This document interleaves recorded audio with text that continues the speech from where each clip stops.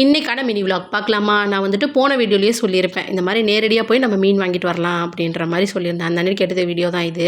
பசங்களையுமே கூட்டிகிட்டு போய் கொஞ்சம் நேரம் நல்லா விளையாட விட்டுட்டு, ஆனால் கூட்டிகிட்டு வரது ரொம்ப கஷ்டங்க. மேலே வரவே மாட்டாங்க. அந்த தண்ணியில் மண்ணுலேயே தான் விளையாடணும்னு ஒரே அடம் பண்ணுவாங்க.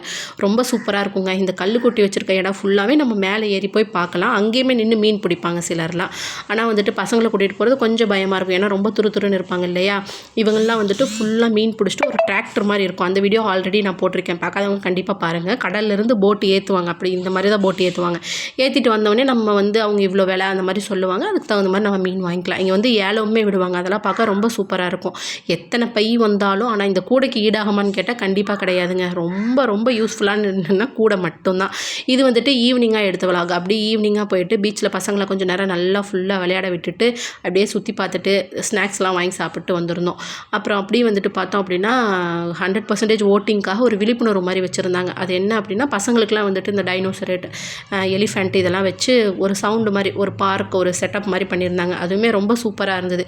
இப்போ பீச் ஃபுல்லாக மாற்றிட்டாங்க. ஆனால் இது ரொம்ப நல்லா இருக்குங்க.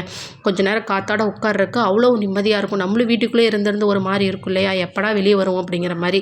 கண்டிப்பாக ஆமாவா இல்லையான்னு கண்டிப்பாக கமெண்ட்ஸில் ஷேர் பண்ணிட்டு போங்க.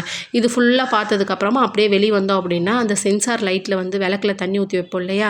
அது வந்து வச்சுருந்தாங்க. 100% ஓட்டிங்க அந்த மாதிரி. ஆனால் வந்துட்டு குட்டி பசங்களுமே டான்ஸ்லாம் ஆடிட்டு இருந்தாங்க. அதெல்லாம் ரொம்ப சூப்பராக இருந்தது. இன்னுமே நிறைய வீடியோஸ் எடுத்துருக்கலாம். ஆனால் ரொம்ப கூட்டமாக இருந்தது.